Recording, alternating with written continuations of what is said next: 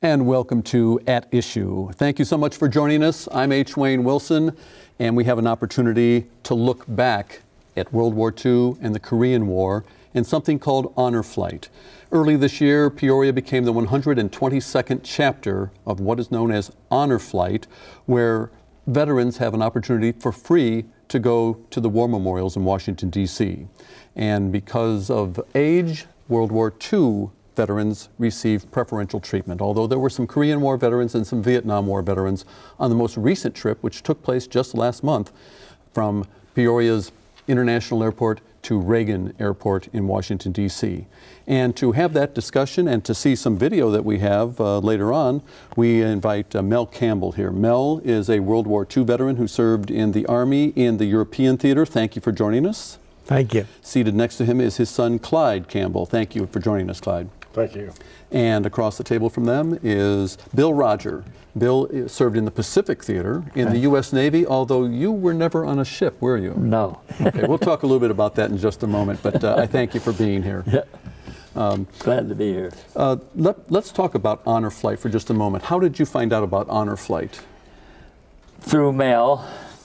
He had gotten it, and when he told me about it, then my daughter, we got online on the computer and filled out the application and sent it in, and luckily I got to go on this trip. And then you told him, hey, I'm going with you, right? Right. Okay. And then you were his guardian, Clyde? Yes. Can you explain how that works? I was thrilled to be asked by Dad to be able to go with him. And the way it works is that you're really there for any kind of support or assistance that your veteran might have. I was just fortunate enough that it was my dad and it was easy. But they take care of any needs that might arise, keep them safe, and enjoy the day with them. I was going to say, enjoy a special experience. Yes. And you had a guardian as well. Everybody Yes. had a guardian. I had a beautiful guardian. You did? Yeah. Not related to you? Yeah. Did you get her phone number? Yes. She's married and has 2 children, 9 and 6. Very good family. I invited them to Lutheran home and fed them in the diner. Did you? Okay. Yeah, Good. they're very good people. What was your impression of Honor Flight now that you've been on it, just overall? What did you think of Honor Flight? It's one fantastic trip, and I'm sure happy that I got to go on that trip because everything was super. I really enjoyed it. And for you, Mel? Well, I was most appreciative of the World War II Memorial because it was fairly new, and although I had been to Washington, D.C. before, I had never seen all the rest of it. And then I appreciated the Washington Monument, and maybe a little sad about the damage that had been done to it, but I see they're repairing it, and it's going to be as good as new. It suffered from the earthquake and has cracks in it that are being repaired, and of course you saw it as well. Yeah. With all the scaffolding, all the way up 555 feet of scaffolding to be exact. Todd Pilon, photographer Todd Pilon, and I had a chance to join these two gentlemen and Clyde as well, with about 75 or so veterans, somewhere in that number, on the trip to Washington, and we were able to videotape some of the memorials that we visited. You can see that we arrived at Reagan Airport in Washington, D.C., just about 5 miles from the mall, and there was a group of people who were waiting for flights to say hi. And your impression was, Bill? It was a very good greeting. Here are the buses. We had 4 buses that transported us between the memorials. And that, of course, that was the Washington in the background. And this is World War II. Mel, you had not seen the World War II before. No. So what did you think? I thought it was fantastic. It takes up lots of space, but it was really nice. I might add that featuring all the states was quite a thing to have every state honored. Yes. Yeah. And we'll point it out here in just a moment. These are some of the bas-relief sculptures that are on the side of some of the walls. But if you, when you say we saw every state, there were 50 pillars that were there, and they had the name of the state at the bottom of each pillar. And we took a wreath with us, didn't we, Mel? Yeah, I tried to count those pillars, but it seems like I'd lose my count. I would get around there about 30 or 40 and I forget where I was. And here are the pillars, and we put our wreath in front of the Illinois pillar while we were at the War Memorial. And then there are two large ones. There's one, that is the Pacific one, I believe, or maybe that's the Atlantic one. And the Pacific one is on the opposite side, and they're marked for the two theaters of operation. And of course, Bill, you had to have your picture taken, didn't you? Yeah. So all 70-some veterans were in the photo at the World War II. Now, tell me about the Korean. The Korean was quite impressive. I thought it was one of the best there. It was so impressive that everybody really enjoyed it. And it was actually seemed like it was real. We had, there's a Vietnam Memorial, and that's the war that I was in, and that's a very personal memorial. We were not able to go up close to the memorial. The commercial cameras are not allowed to come up close to the Vietnam Memorial. And this, of course, Mel, you recognize that? Yes. Iwo Jima, the Marine Corps Memorial. I wasn't there, but I recognize it. No, you were on the other side of the world, I think. All right. Yeah. This one is the Air Force Memorial, Bill. A couple of spires. You remember you know the story behind these spires? No. They are solid concrete, the bottom 2/3, and there's a steel ball about 2/3 of the way up, and then they're empty, and that steel ball moves so that when the wind blows, it controls the sway of those three Oh, spires. that's interesting. And then this, of course, is Arlington Cemetery. And we had a chance to watch the changing of the guard. Very silent when we did that. And that is our group of veterans there. And then we had a chance to leave the Greater Peoria Honor Flight wreath at the memorial. Your thoughts at this time, Mel? I was very impressed with the changing of the guard for the honor flight. And I think we saw it at least 3 times. Yep, every half hour. Yeah. And then here's the surprise, Bill.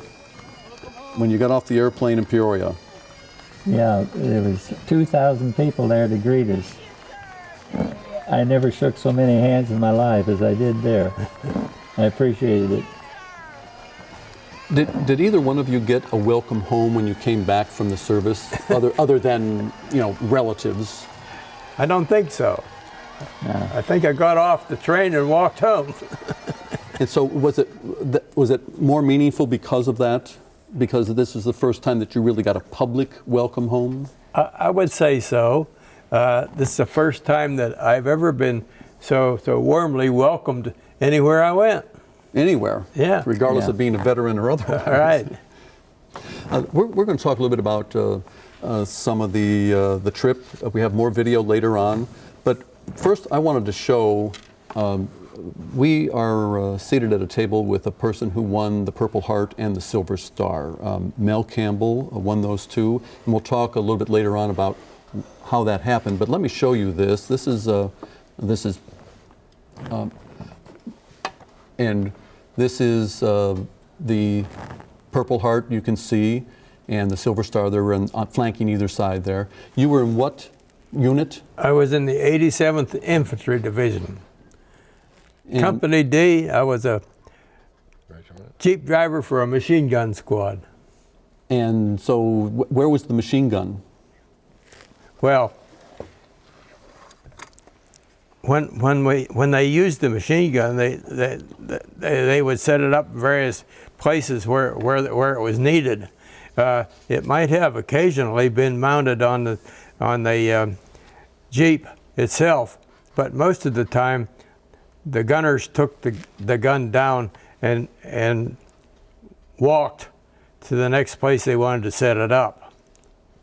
Okay. And I want to talk about the incident that occurred that earned you the Silver Star and the Purple Heart, and we'll talk about that in just a moment. But first, Todd and I had a chance to talk to other veterans on the trip to Washington, D.C. about their war experiences.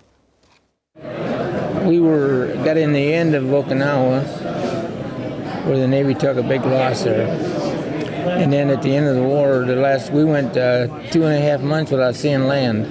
In the Solomon Islands, a lot of just patrolling, trying to find the Japanese. But of course, when you went into like Guam or Okinawa, then you were meeting Japanese resistance on the beach. And we was bombed every night. Germans were looking down upon us, and we really had a tough battle there. Every night we had a big foxhole to live in, and on guard duty you had a foxhole to live in. That's how bad it was. well, when I went into Guam, we were in the first wave, and we went in on floating tanks. And actually, my lieutenant was killed as soon as he hit the beach, really. We were in the first wave, and I got wounded pulling him back to the beach. Oh yeah, we lost an engine on our first mission. Had to come back alone on 3 engines. We had one plane with probably 200 holes in it. Lost most of our fuel. Had no brakes. So pretty badly beat up. I think they probably scrapped that plane. We brought it back. Nobody got hurt. Some went over and didn't come back, and sometimes you wonder why. Everybody talks about heroes. Well, everybody that's been in combat know who the heroes are. We left them there. 404,000 Americans died in World War II. Another 54,000 died in Korea. Another 58,000 died in the Vietnamese War. We want to talk about your experience because you were injured. Yeah. And you earned the Purple Heart for the injury. Can you tell me a little bit about the injury? I was wounded Christmas night, 1944. Our outfit was lining up, getting ready to move north to Bastogne, where the Battle of the Bulge had been fought. We didn't know it as the Battle of the Bulge at that time until we learned about that sometime later. But the Germans had a small kind of a reconnaissance plane that would come over looking for targets. And that night, it came over, this plane came over, and apparently it spotted us, and it shut off its engine and drifted downward, got down pretty close, and dropped 3 anti-personnel bombs down among us. One of them got me, and we were, all 3 of us, taken in by ambulance to the hospital over in the city of Nancy, France. And I was operated, when I was on the operating table over there, the doctor had taken several pieces of metal out of my head, and since the bombs had gone through a windshield before they hit me, there was some glass in my head. The doctor took out most of the glass, but he said there's still some of it in there. He says you'll be getting it out in due time. So I didn't worry too much about it. And after he had done that, he put me to bed. And the next morning, the nurse came in to see how I was doing. And she said, yesterday, we got in a supply of new medicine. It's called penicillin. And I had never heard of penicillin by that time, and then she said, and you got the first shot. And I wasn't sure whether I should be proud of that or not, but I got it anyway. And you later found out that it had been the method for mass producing it was actually created in Peoria. Right, at the Ag Lab in Peoria. Mm-hmm. I want to talk about the Silver Star in just a moment, but first I want to come over to Bill Roger. You keep saying he was the one who fought the war, but you did too. I mean, seriously. Tell me a little bit about your service. Well, I was in the First World War II. I copied Japanese code. And our group intercepted a message where a vice admiral was flying to a certain destination. A Japanese vice admiral. Yeah, and they interpreted that message, and they shot that vice admiral down. But my job was copying Japanese code all the time. So And you sat I was with headsets on. Yeah, I was telling Clyde that when I went to bed that night, sometimes I'm still copying it. But anyway, and then in the Korean War, I copied Russian.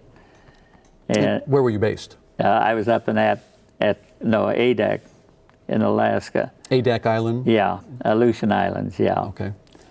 And then, so you served, how long were you there in Adak Island? A little over a year.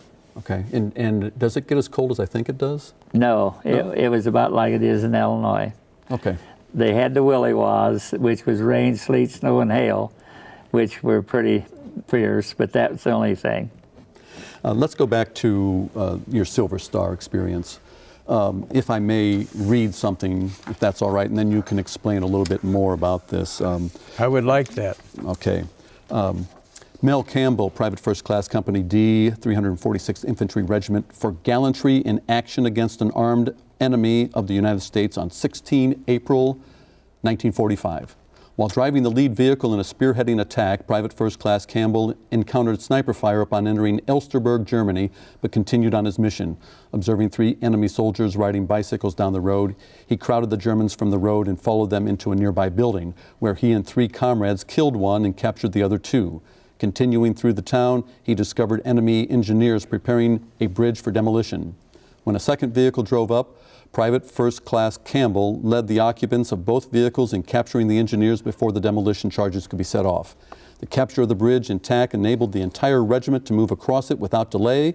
His courage and leadership exemplify the highest traditions of the United States Army. Entered military service from Pennsylvania by command of Major General Coolin. 16 April 1945. Do you remember it? Yes, I do. Can you tell me a little bit about how you felt when this was all happening? Was there fear? Well, no, I wasn't afraid, but I had just seen those guys up on top of the bridge, and I told my squad leader, I said, that doesn't look right to me, and he hadn't seen them. And so he got some of his other members of the squad, and they went up there. And then we had some other help too. I think that some of the guys in the other Jeep that had been following me, and they went up, and they ended up capturing those engineers up on top of the bridge.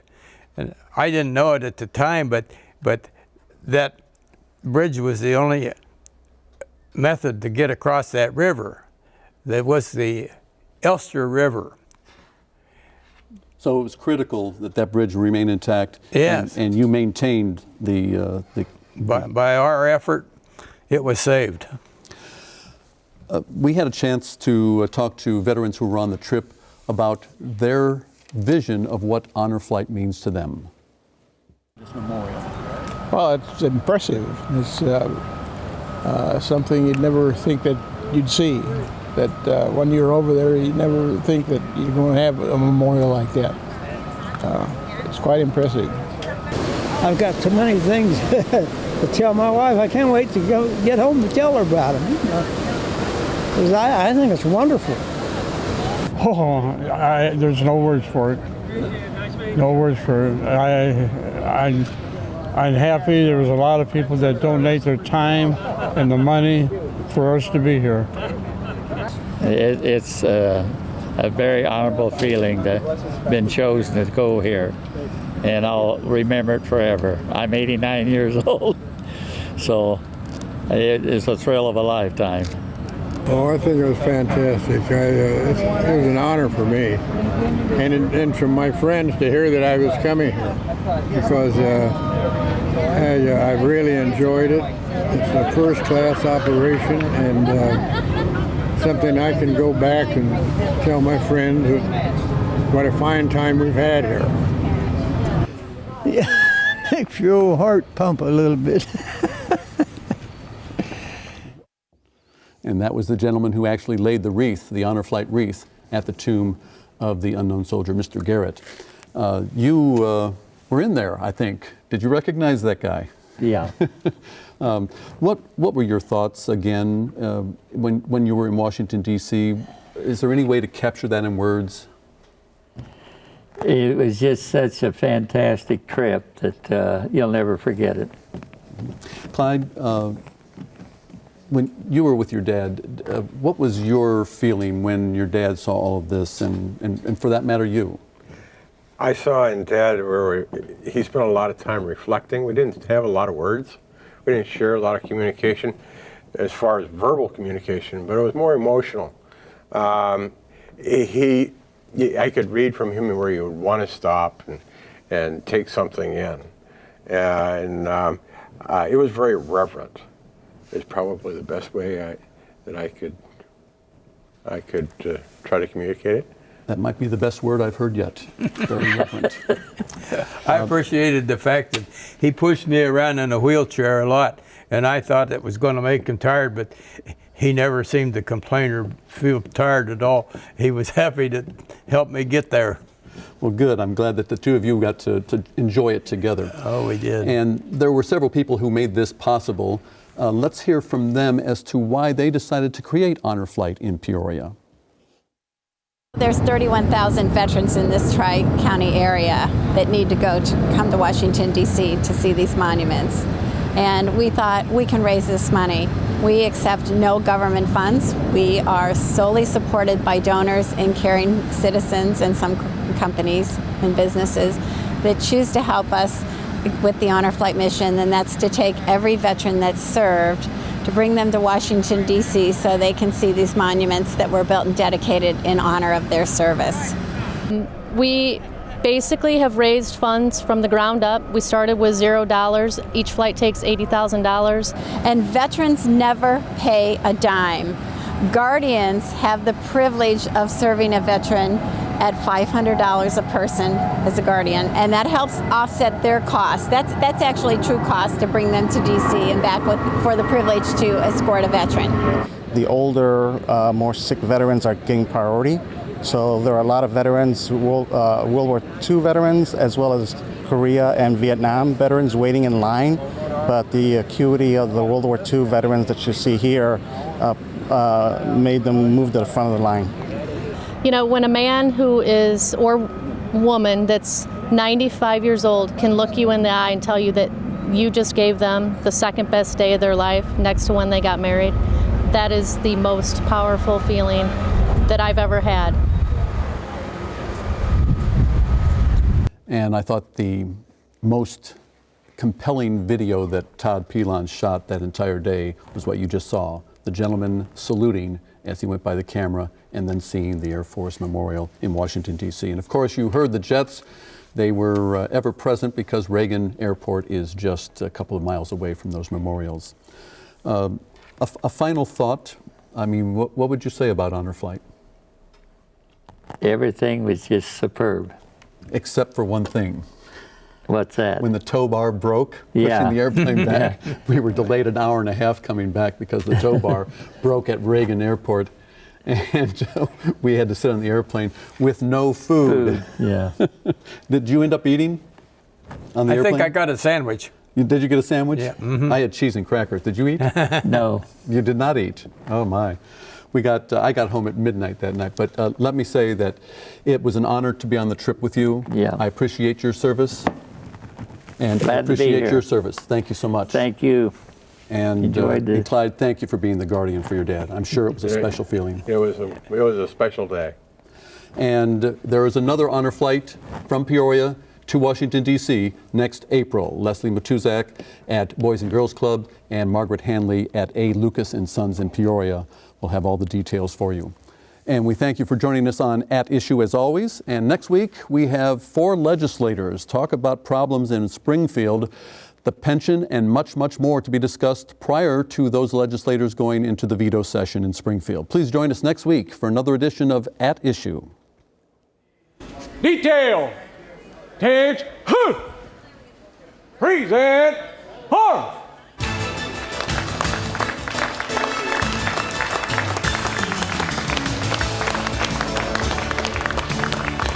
I'm overwhelmed. I really